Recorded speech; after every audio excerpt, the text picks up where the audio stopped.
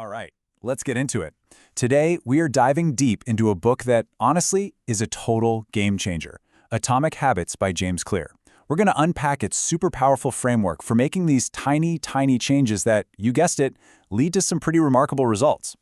You know the drill, right? It's January 1st, you've got this big, shiny new goal, you're super motivated, and then, what? A few weeks later? Poof, you're right back where you started. It's such a frustrating cycle. But here's a thought. What if the problem isn't you? What if the real problem is the system you're using to try and make that change? And boom, this quote right here, it just hits the nail on the head. We are obsessed with setting goals, aren't we? I'm going to lose 20 pounds. I'm going to write a novel. We're going to win the championship. But here's the thing, Clear points out. Winners and losers, they often have the exact same goals. So the real difference maker isn't the goal. It's the system, the daily habits you have in place to get you there. Okay, so if setting huge goals isn't the secret sauce, then what is? Well, the core idea of this whole book is actually incredibly simple. It's all about focusing on getting just 1% better every single day. Now, this is where the math gets kind of crazy.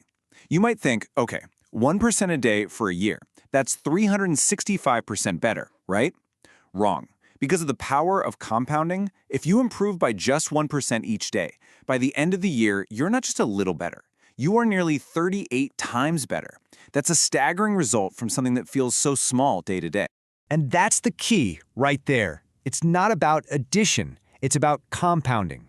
James Clear calls habits the compound interest of self-improvement, and it's a perfect analogy. Just like money grows exponentially with compound interest, the effects of your habits multiply over time. True success isn't about these big, dramatic, once-in-a-lifetime transformations. Nope. It's the product of your daily habits. So this leads us right into the first huge mindset shift the book talks about, putting your focus on your systems, not just your goals. So what's the actual difference here? Well, think of it like this. Your goal is the finish line you want to cross, right? Like running a marathon. But your system is the process, your training schedule, your diet, your sleep routine that actually gets you to that finish line. Goals are great for setting a direction, sure, but it's the system that gets you moving.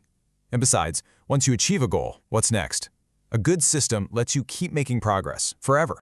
Okay, but we can go even deeper. There's another level to this change, and honestly, it's the most powerful one of all. It's about shifting the focus from what you want to achieve to who you want to become. It's all about identity. And the process for this is actually really simple, but it is profound.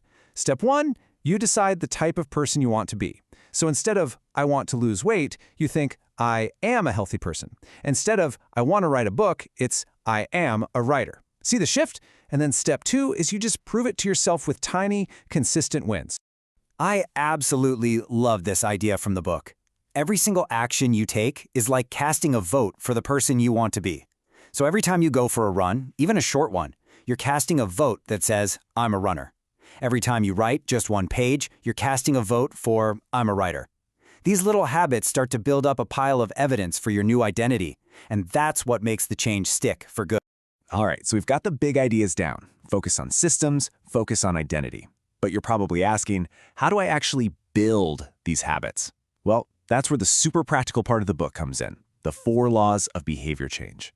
So it turns out all of our habits, the good ones and the bad ones, run on this same simple 4-step loop in our brains. First, there's a cue, something that gets your brain's attention. That cue triggers a craving for some kind of reward. The craving then drives a response. That's the habit itself. And finally, you get a reward, which feels good and tells your brain, hey, let's do that again next time. Cue, craving, response, reward.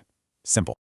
So if you want to build a good habit, all you have to do is engineer that loop. For Law 1, you make the cue obvious. Law 2, make the craving attractive. Law 3, make the response easy. And Law 4, make the reward satisfying. And what if you want to break a bad habit? Well, you just flip it.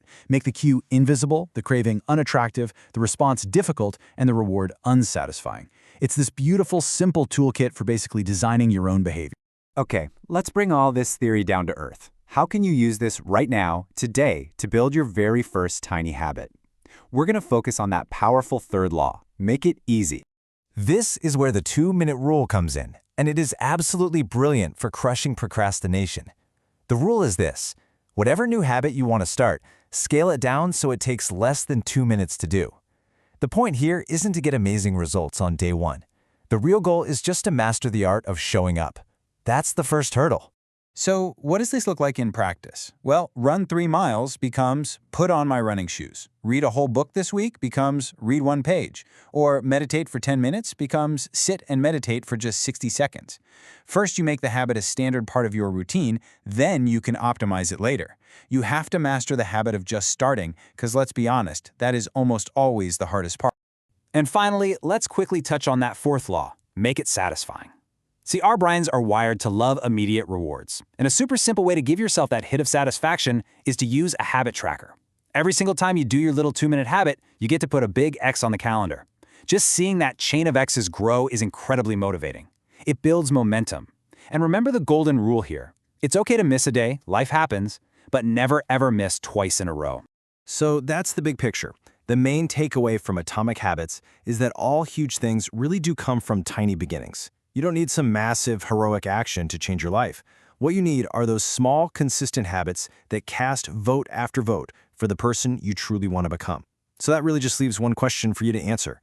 What 2-minute habit are you going to start today?